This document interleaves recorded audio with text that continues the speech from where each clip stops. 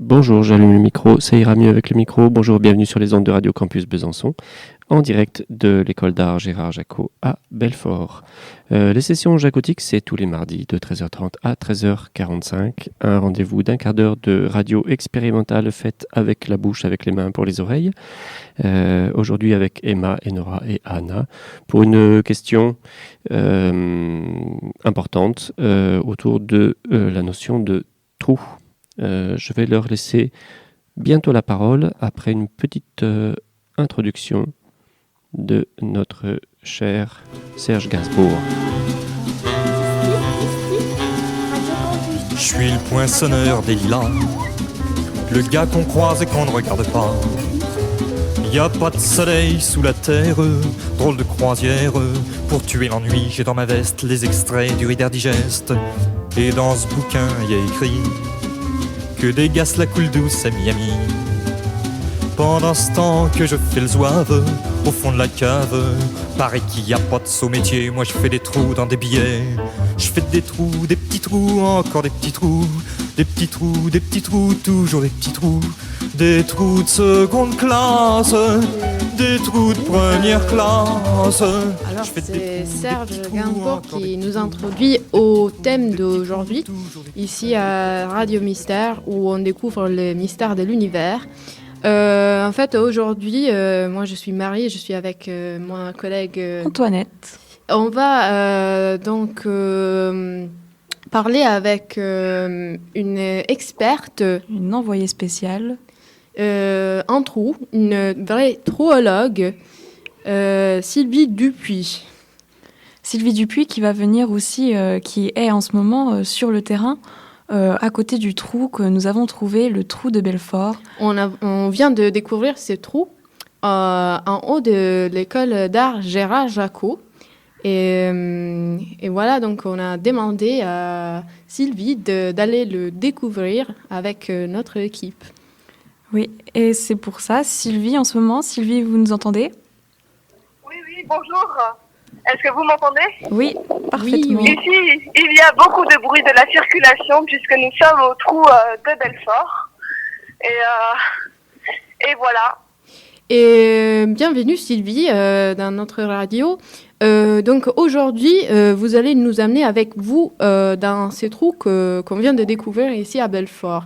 Mais avant tout, vous êtes trouologue. Je pense que pour les auditeurs, c'est pas forcément un métier qu'on connaît. Donc vous pouvez nous expliquer un petit peu qu'est-ce que c'est un trouologue, c'est quoi votre travail ? Et quelles études aussi vous avez fait C'est ça. Alors, en effet, comme vous l'avez dit, Marie, le métier de trouologue est vraiment très peu connu. Et je le déplore puisque c'est un métier qui est primordial dans notre société et dans le monde scientifique.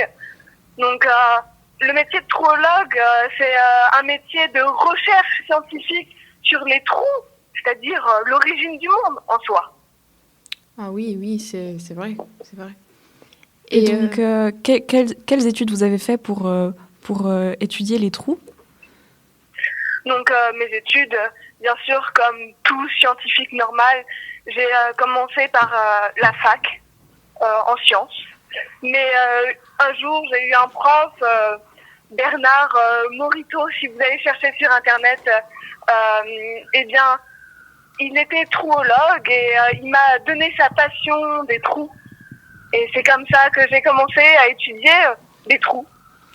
Alors tout d'abord, c'était bien sûr des trous petits, des petits trous comme les nids de pin ou encore le trou de gruyère.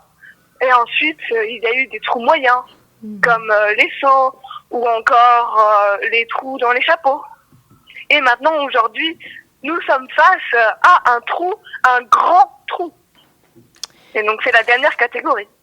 Du coup, ce trou on vient de découvrir, c'est un trou plutôt large. Vous pouvez nous dire un peu les mesurations et voilà, nous décrire ce trou ? Bien sûr.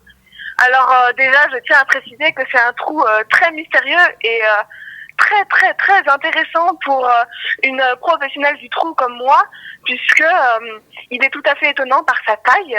Il fait environ 1 mètre sur 1 mètre 5, ce qui est énorme pour un trou.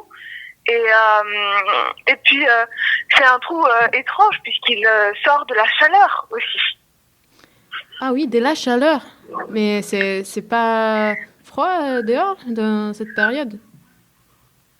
Ben, C'est vrai que là, actuellement, au-dessus du toit de l'école d'art de Gérard Jacot, il fait froid.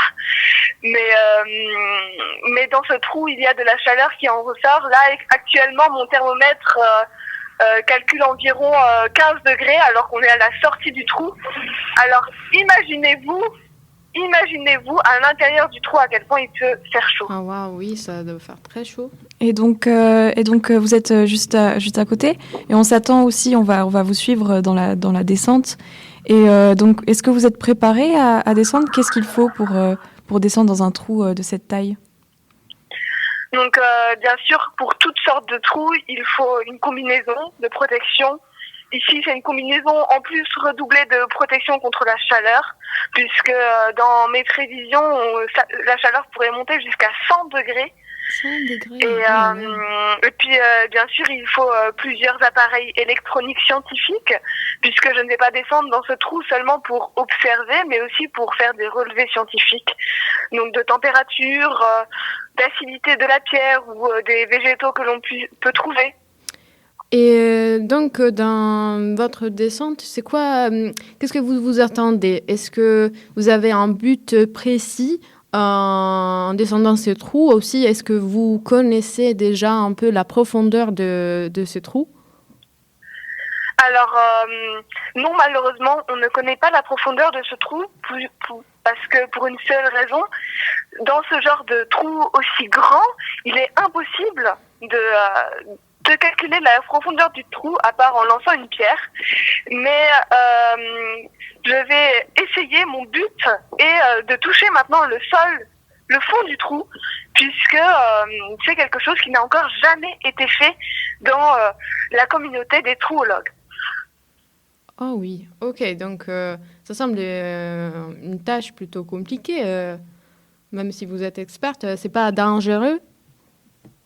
Non, comme dit Marine, ne vous inquiétez pas, je suis équipée et surtout expérimentée pour ce travail qui est beaucoup demandé et malheureusement peu représenté. Donc maintenant vous êtes en train de descendre ou vous commencez ou... Alors c'est ça, j'ai commencé à descendre. Peut-être que vous entendrez que l'atmosphère a changé au micro. Oui, un petit peu, on entend. Donc, on peut observer toutes sortes de pierres différentes. Là, déjà depuis le début du trou, nous avions des stalactites et maintenant, nous nous retrouvons avec du calcaire, ce qui est assez étrange pour un trou, à vrai dire, surtout à Belfort. Puis, voilà, je suis à 1,50 m. Est-ce que vous pouvez nous décrire aussi un peu, est-ce que l'intérieur est humide, est sec, est-ce que c'est quelque chose de plutôt mouillé? À quoi ça ressemble? Alors, pour l'instant, il fait chaud, donc il n'y a rien d'humide, aucune humidité. Et oui, il fait chaud et j'observe par contre des petites failles dans la pierre qui sont très intéressantes puisqu'elles contiennent des végétaux qui sont fluorescents. D'accord. On vous entend un peu moins maintenant, Sylvie. Est-ce que ça va encore? Oui, nous atteignons maintenant les 4 mètres de profondeur. 4 mètres. Et vous voyez déjà le fond ou pas? Non, toujours pas le fond, malheureusement. Mais la pierre commence à être un peu étrange. C'est-à-dire? Elle commence non pas être humide, mais molle. Mm-hmm. C'est peut-être un signe d'une date de plus de 100 000 ans. Ok, 100 000 ans. Et donc, ça veut dire, si vous ne voyez pas les fonds, est-ce que vous savez déjà plus ou moins quand ça va arriver ou combien de mètres encore il y aurait pour y arriver en tant que trouologue est-ce que vous pouvez faire... Alors, dans les prévisions que j'ai pu faire en préalable, ça serait entre environ 10 mètres et 100 mètres de profondeur. Donc, non, je ne peux malheureusement rien vous dire sur cette profondeur. Ok, mais on vous entend encore un peu moins, On a un peu d'interférence, je trouve. Vous êtes un peu... Ouais, Vous entendez Sylvie ? Sylvie ? Non, je crois qu'on a perdu Sylvie. On espère que tout va bien. Oui, il y a notre équipe qui va essayer de nous remettre en contact. Ouais. Mais pendant qu'on attend, on peut continuer à parler des trous. C'est toujours... c'est une belle... un sujet très vaste. Hein, oui. Si tu y penses, Antoinette, le trou est quelque chose qui est souvent présent dans... la littérature. Oui, parce que quand je te parle de trous, à quoi tu penses, toi ? Moi, personnellement, je pense aux troubadours. Qu'est-ce que c'est, les troubadours ? Ils sont des poètes au Moyen-Âge qui... ils allaient dans chaque ville des nobles pour écrire et chanter des poésies d'amour pour ces femmes qui sont jamais là. Et donc, le rapport avec les trous ? Dans le nom, bien sûr, le troubadour. Après, il y a des gens qui disent que c'est pour trouver, mais moi, je dirais que c'est plus que le fait qu'ils ont un trou intérieur, ce vide du fait qu'ils ne peuvent jamais vraiment être ensemble avec la femme, la dame de la noblesse qu'ils aiment parce qu'ils sont d'une autre classe sociale. Mais par exemple, on voit la notion du trou dans beaucoup de livres, par exemple de Murakami, un écrivain japonais qui il raconte toujours de ces personnages qui rentrent dans des trous et ils sortent des trous. Et tout de suite, eux, ils sont différents. Ou peut-être le monde externe a changé. Donc, qu'est-ce que ça arrive quand nous, on rentre dans un trou et on sort ? Est-ce que c'est quelque chose d'extérieur qui change, effectivement ? Est-ce que c'est quelque chose à l'intérieur de nous ? Voilà, c'est une question intéressante. Vous pensez qu'il y a un rapport avec ce que fait Sylvie ou... Oui, bien sûr. Je pense que pour Sylvie, même si elle est une scientifique, il y a quelque chose de poétique, littéraire, je dirais, derrière son travail. Parce qu'elle s'interroge au final au vide. Qu'est-ce qu'il n'y a pas là ou qu'est-ce qu'il y a de mystérieux qu'on ne connaît pas ? Parce que c'est la question aussi que je me posais. Est-ce qu'il n'y aurait pas au final quelque chose de très psychologique dans le fait... Oui, dans les trous... on peut penser à beaucoup plus loin, quelque chose comme un traumatisme, par exemple, quelque chose qu'on a oublié, et ça serait lié aussi, au final à un mental, à un trou dans notre esprit. Comme un trou de mémoire, par exemple ? Oui, par exemple. Et est-ce que ça ne serait pas quelque chose qu'on aurait oublié et que notre cerveau fait exprès d'oublier ? Je pense aussi, d'ailleurs, aux phobies des trous, la typologie que j'avais lue dans un article. Il y a des gens qui ont peur des trous. Oui, et en fait, beaucoup d'images bizarres apparaissent sur l'Internet. Et par exemple, des images de mains avec des trous. Et donc, on pense que c'est lié au mental. Oui, donc on voit qu'il n'y a pas seulement une question scientifique, mais... Je crois qu'il y a du bruit qui sort de la bouche. Il y a une chose... De la bouche d'aération. Oh là là. J'arrive parce que je ne sais pas... pour les gens à la maison, quelque chose d'incroyable vient d'arriver. Antoinette, je ne sais pas même comment l'expliquer. Elle vient d'apparaître tout simplement dans le studio. Il y a Sylvie Dupuis. Bienvenue Sylvie, qui vient d'arriver par le trou de l'aération de notre studio radio. C'est possible Bonjour Sylvie, de nouveau. Wow. Oui, bonjour Marie. Je suis plutôt surprise. On est très surprise, oui. Qu'est-ce qui s'est passé ? Eh bien, à vrai dire, moi, je ne suis pas surprise. Il se pourrait que j'avais fait des calculs et qu'il y avait environ 16,3% de possibilités que j'arrive par votre bouche d'aération. Entre autres, j'aurais pu aussi sortir par un trou de l'Antarctique ou encore en Chine. Mais voilà, j'ai eu de la chance, je suis apparue ici. Et donc, vous pouvez répondre à toutes nos questions au final. Qu'est-ce qui s'est passé à l'intérieur ? Eh bien, c'est une grande nouvelle pour la science et pour les trouologues. J'ai atteint le sol. Ok, oui. J'ai atteint le fond du trou. Vous vous rendez compte ?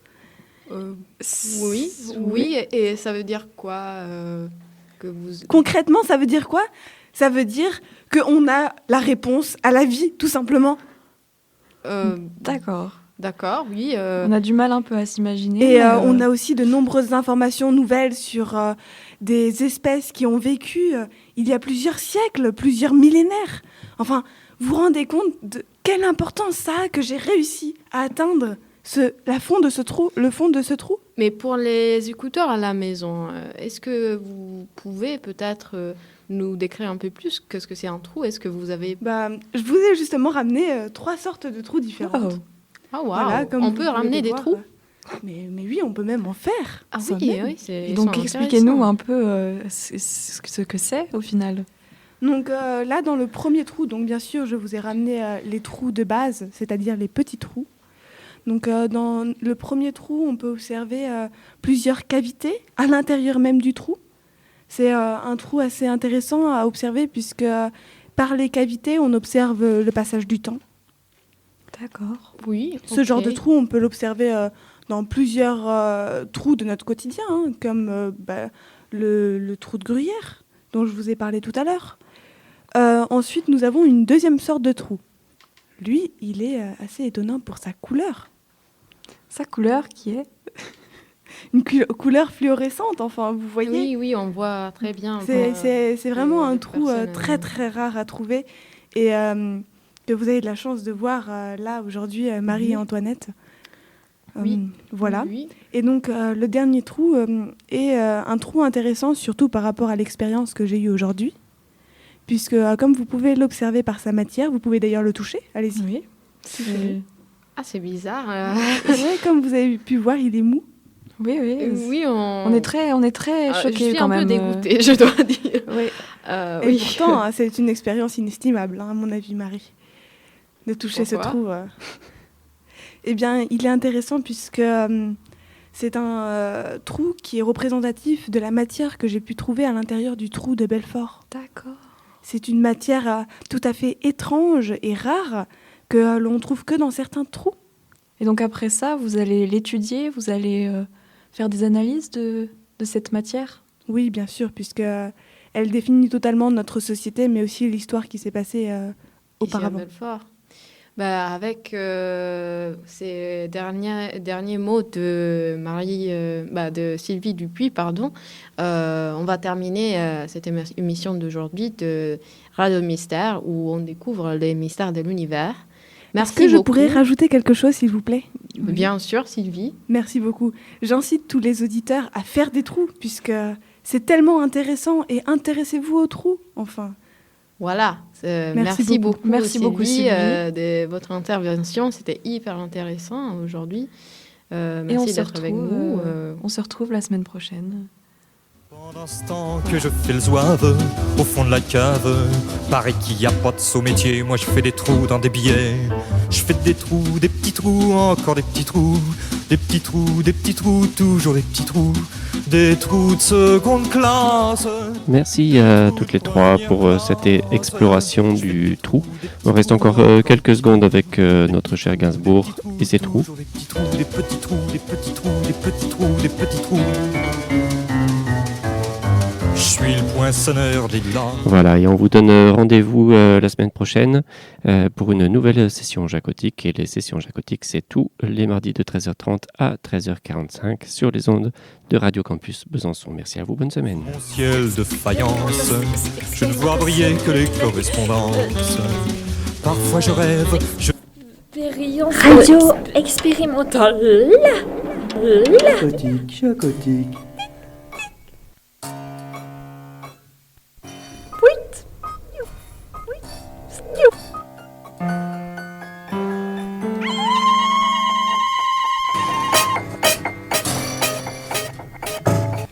Radio Radio Jacotique. Radio Jacotique.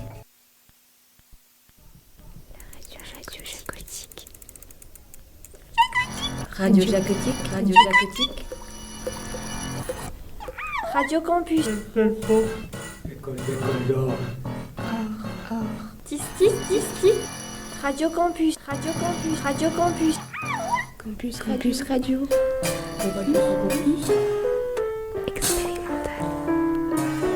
On va faire une radio expérimentationnelle. Expérience. Radio expérimentale. Chacotique.